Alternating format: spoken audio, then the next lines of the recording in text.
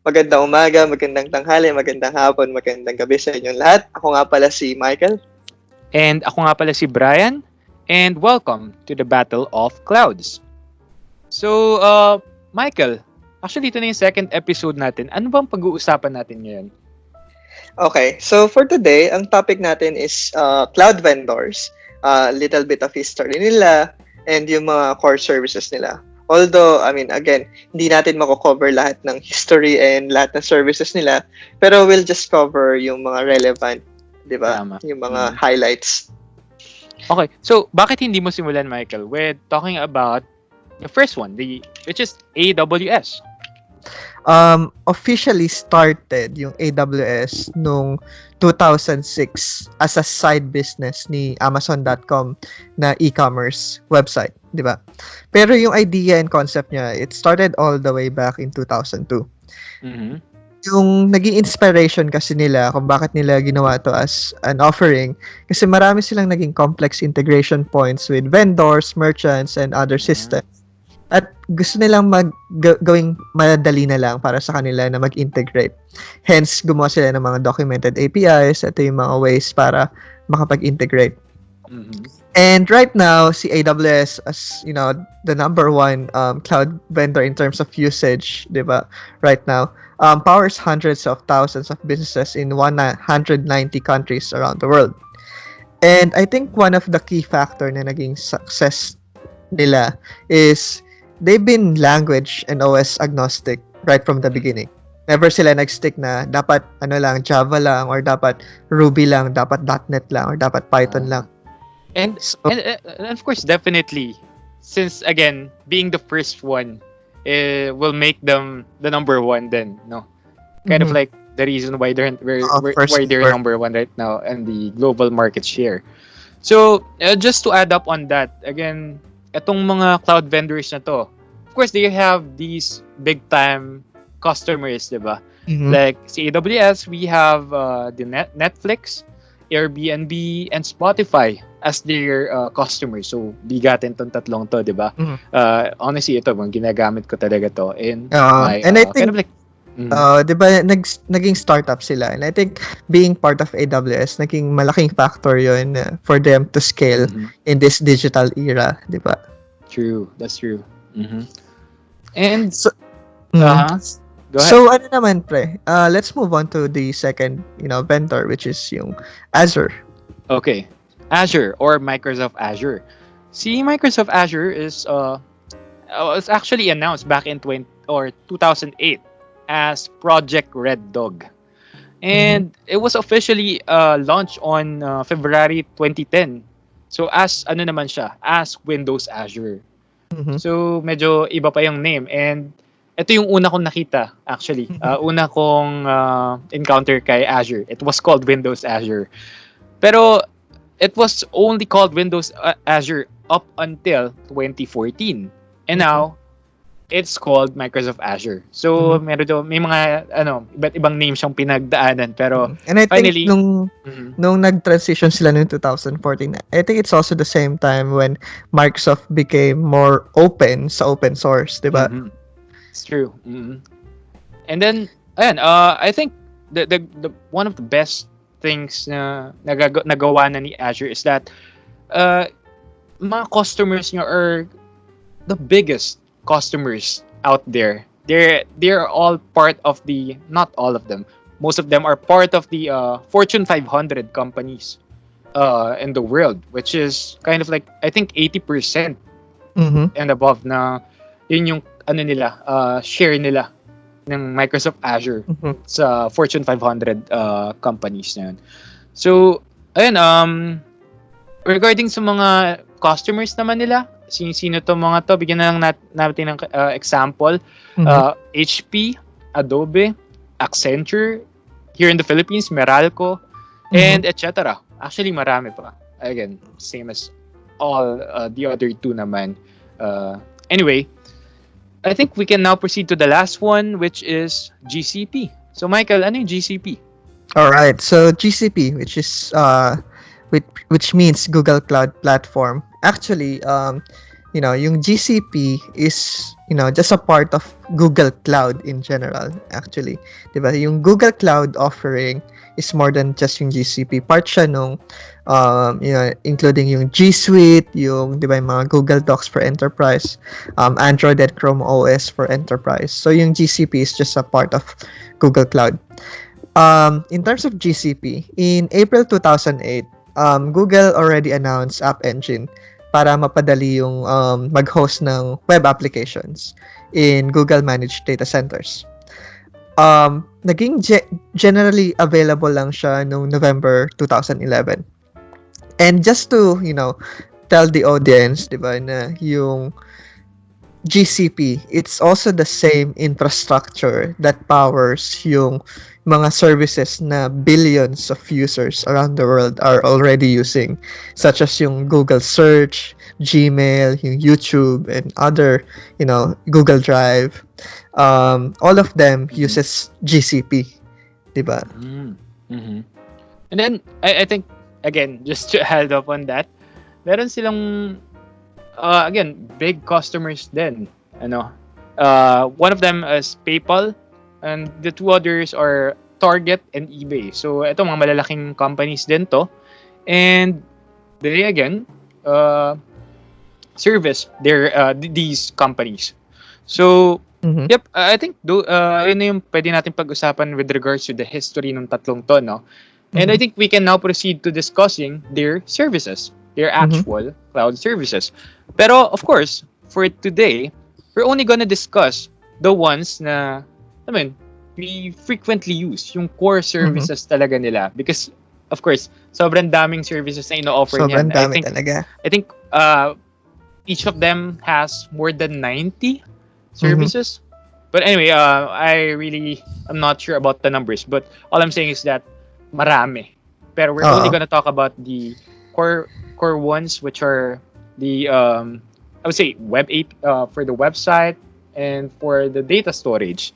And we're gonna talk about it by putting it in a story. So ano ba tong story na to? So let's start off with the first one. So the first story is meron customer or merong team na gustong mag-develop ng website na may web API, na may database, no, mag-store ng files. Pero they kind of need a service para matulungan sila dito. And they want an IaaS service or infrastructure as a service. So Michael, paano ba nila gagawin 'yon? Okay. So and I think yung yung little bit of inspiration kung bakit nila gustong gawin to is itong customer na to is long-running customer sila na parang they've been running the application for the past 20 years in their own on-premises data center. Tapos it's time for them to move to the cloud with the minimum friction to move, diba? They don't really want to rewrite everything or redo everything. So kaya dun papalo na gusto nilang gumamit ng IaaS. So maraming options actually on different vendors, diba? And let's start with AWS. So, ang core nito is that meron kang virtual machines. And si AWS, meron siyang offering which is called Amazon EC2, which is a very catchy name, di ba? EC2, which is like easy to deploy. Ayun. Then similarly, kay Azure naman, it's called Azure Virtual Machines. Very straightforward. Literally, Azure Virtual Machines. Then kay GCP, which is called Compute Engine, which literally is a virtual machine. So fundamentally, diba, as a virtual machine, ang kinaganda nito is it's a managed infrastructure, diba? Hindi mo na kailangang intindihin yung actual physical server involved in this virtual machines, kaya siya virtual. But at the same time, you have the flexibility and yung shared responsibility, 'di ba? Kung anong OS ba yung gusto mo install dito, anong runtimes and etc. So, one thing that is common across these three different vendors is that you can choose whatever image or whatever OS you want. You want Linux, you want Windows, okay 'yon. Pwede 'yon, 'di ba? Windows Server or Linux, kahit anong variant pa 'yan. Then one thing to consider as well is that, given sa cloud, let's say yung machine mo is hindi na kaya mag-perform kasi sobrang dami yung users. Let's say Mhm. millions or billions na yung users nyo. Alam nga naman isang machine lang yung papatakboy nyo, di ba? Alam nga naman dun nyo lang i-host Yan. yung website nyo or yung database nyo. So si AWS, meron siyang tinatawag na EC2 auto-scaling, which literally allows you to scale yung virtual machines to tens, hundreds, or thousands of virtual machines. And it's on demand para mag-scale horizontally na para dumami, and at the same time, kung hindi na ginagamit, pwede siyang kumonte, di ba? So that you don't have to pay for it all the time. Kay Azure, yung equivalent niya is called Azure VM Scale Sets, and kay GCP naman, it's called Managed Instance Groups for Compute Engine. So, ayun. You have full flexibility. Mhm. Pwede kayong gumamit ng kahit anong database dyan, mag-install ng database dyan. MySQL, MariaDB, SQL Server, Postgres, you name it. Parang, di ba, literally, it's your own shared responsibility, di ba, kung ano gusto mo ilagay sa machines na yun. So basically, all of the web API, the website, the data storage, database, lahat yon nasa loob lang ng VM. Oo. Tapos ikaw pa rin Kaya kailangan mag-setup ng kung anong port ang Yun nga i-open lang. mo, di ba? Kung paano to maging accessible sa public internet or malay mo, within internal apps lang din, di ba? Oo. Alright. So for customer to naman, Brian, this is actually very fun kasi, di ba, parang yung customer to natin is startup siya. Let's say, dalawa or tatlo lang sila sa team na meron silang idea, gusto lang talaga nilang i-deploy kaagad yung idea na yun into the world. And very small development team. And they want to use PAAS, like in platform as a service from the beginning, di ba? So Okay. they want it to be simple, di ba? Ayaw na nila mag-manage ng OS, ayaw na nila mag-manage ng dependencies. May web app sila, may coder sila. Gusto nila i-deploy kaagad yun sa internet. So, actually, ito rin yung mga nasasuggest ko usually. Meron kasi mga nagpapamentor sa akin when they do thesis. So, ito yung mga usually or sinasuggest kong gamitin nila sa mga cloud vendors or at least mga ino-offer nitong cloud vendors na to. So, I would say for the web API and the website itself, we can use at least for all three of these, meron silang ino-offer. So for Amazon Web Service muna, we have the Amazon Elastic Beanstalk. So fun fact about this is that it's called Elastic Beanstalk because it references the tail Jack and the Beanstalk. So I'm not sure if familiar kayo doon, pero Jack and the Beanstalk is quite famous. And the reason why they name it Beanstalk is because dun sa tail na yon, the Beanstalk actually grew up to the cloud. So it was actually I was really curious about the reason, but apparently it's really obvious na yun nga naman pala yung nangyari dun sa tail na yon. So Very Elastic clever, Beanstalk, actually. clever. Elastic Beanstalk for AWS. For Azure, we have Azure App Service. And for Google, we have the Google App Engine. So the thing about this is they all mainly do one thing. And it's to deploy your web project into the cloud. So if you have a project maybe written in PHP, maybe in C#, .NET, Java. maybe Java, JavaScript. So pwede, kayang-kaya. And it's all applicable on all these three. So it's not just for AWS, it's not just for Azure, it's not just for Google. For all of them, kayang-kaya na lang i-deploy yan, whatever programming language it is.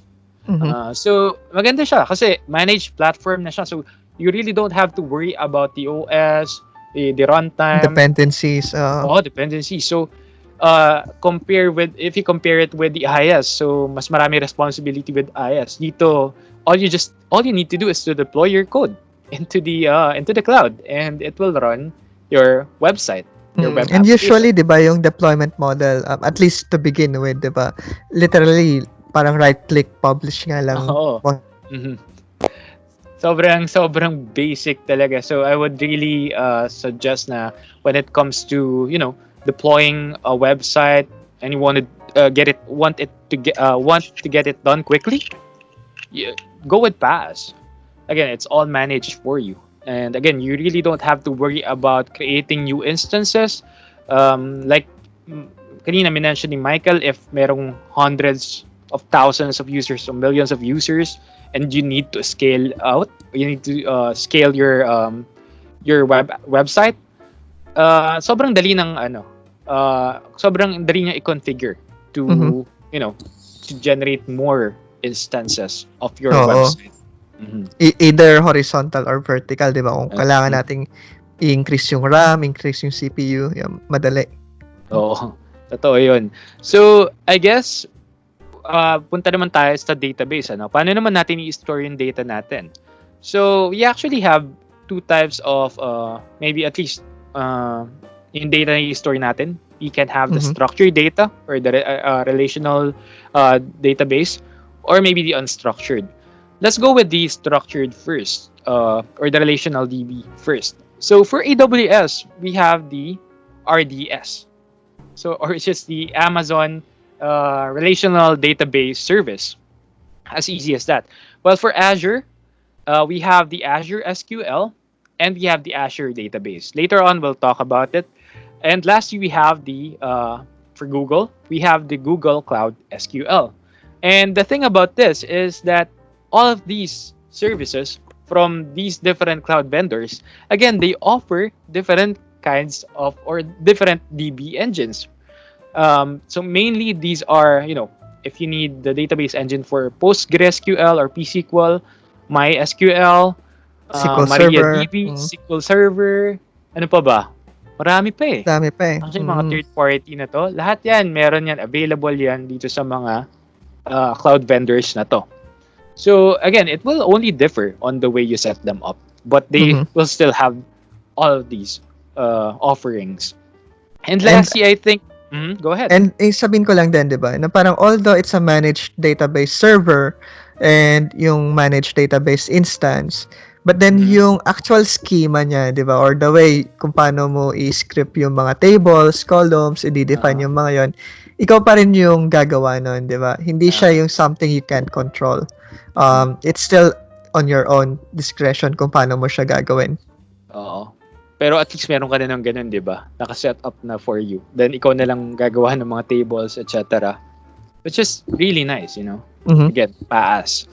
And I think the last one, which is paano naman natin i-store yung mga unstructured data like a blob, maybe an image, maybe Mhm. a file, Videos, PDFs. videos, etc. So this is of course these cloud vendors have their own offerings din naman for this. For Amazon, we have the Amazon S3 or the simple storage service. Um, and for Azure naman, well, balik muna tayo with S3. So S3, you can store blobs mainly, 'di ba? Mhm. So it has different services for storing disks, files. Unlike with Azure, which is the Azure storage, it is multi-purpose. So you can store blobs, disks, files on a single storage. Tables. O tables, queues, what else? Marami pa eh. Pero anyway, yun yung difference nila. And for Google, kind of the same with Azure storage actually. Pero they call it Google Cloud Storage naman. And one thing na napansin ko lang doon, since I've been using Azure na rin for quite a while, napansin ko lang na yung deployment unit nila is called bucket instead of, well, not instead. But with Azure kasi, Azure Storage, they call it containers. So, I just find it interesting, pero yeah, those are the for the unstructured data na kailangan mong i-store. So, yun yung offering nila, Google, AWS, and Azure. And what I found interesting about this, with all of the services na pinag-usapan natin or these core services na pinag-usapan natin, not being biased, pero with Azure kasi parang straightforward yung mga naming niya. While for AWS parang, alam mo, parang meron Ah, talagang, may backstory yung parang nila. clever di ba? Catchy Oo. yung nagiging approach. Mhm. Then I think si Google, similar with Azure, di ba? Straightforward din sila. Um, Actually, yung oo nga. naming nila. Mhm. So yun. Yep. Then, So, add ko lang din, di ba, sa unstructured data storage, di ba? Sobrang daming benefits na gamitin mo yung cloud for this, di ba? Na parang, for example, instead na mag-store ka pa ng data, yung mga unstructured data, like for example, sa mga call centers or yung mga nagke-create ng videos, instead na i-store mo pa yung videos na yon on-prem, permanently, di ba? As in, literally, nasa data server, data warehouse mo siya, kailangan mo siyang i-maintain. Pero hindi mo naman siya kailangan laging gamitin. So, itong mga offerings na to, meron silang ways to archive it, which is called yung, di ba, meron tinatawag na cool and hot storage. But then the idea here is that yung instead na gamitin mo yung on-prem for backup, sila, pwede mo siyang i-archive lang kasi sobrang elastic, gigabytes, petabytes, or, terabytes of data. terabytes. Oo, store mo lang doon. Oo. So, I think, kind of like a conclusion for the things na pag-usapan natin, all of these kind of like general or the most frequently used services have their match on each cloud vendor. So, if may offering si Azure, may offering din yan si AWS. And may offering din na ganyan si Google. So, it will all come down to maybe the pricing, which we will talk about. In the future. Or maybe kung ano yung saan ka comfortable. And of course, the most important one is kung nandun ba yung feature na hinahanap mo, di ba? Oo. Because if it doesn't have it, why would you use it, di ba?